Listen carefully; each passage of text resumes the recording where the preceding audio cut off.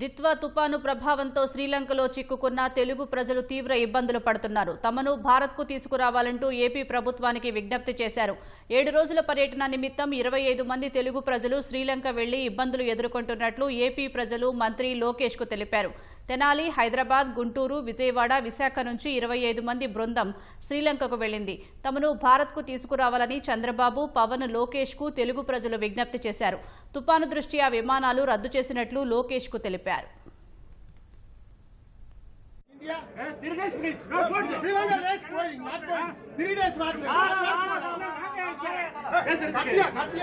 हमारा इंडिया का Indian navy इधर ही है. मैं भी आज या कल वापस आने में लसा है. हम लोगों को जा सकता है. ठीक है, 1 या 2 दिन में घर में पहुंचेगा. मैं रिक्वेस्ट किया अपने तरफ से, ऐसे ही मैंने बोला आप स्ट्रेंथ दे दो. हम एम्बेसी से बात करके उनको थोड़ा एडजस्ट करेंगे, कुछ अरेंजमेंट करेंगे. मंजूर है.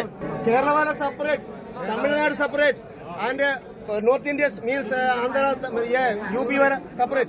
आई नीड ओनली काउंटिंग.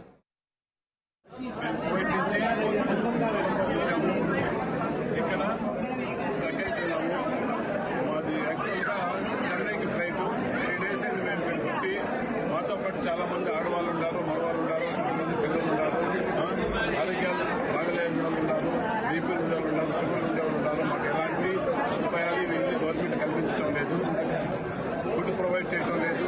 మేమేమన్నా అడిగితే ఏ రకంగానూ సమాధానం చెప్పడం లేదు. ఇక్కడ చాలా ఇబ్బందులు ఉన్నాము. దయచేసి మీరు ఏదైనా చర్య తీసుకుని ఇండియాకు మమ్మల్ని పంపించే విధంగా ప్రయత్నం చేయండి.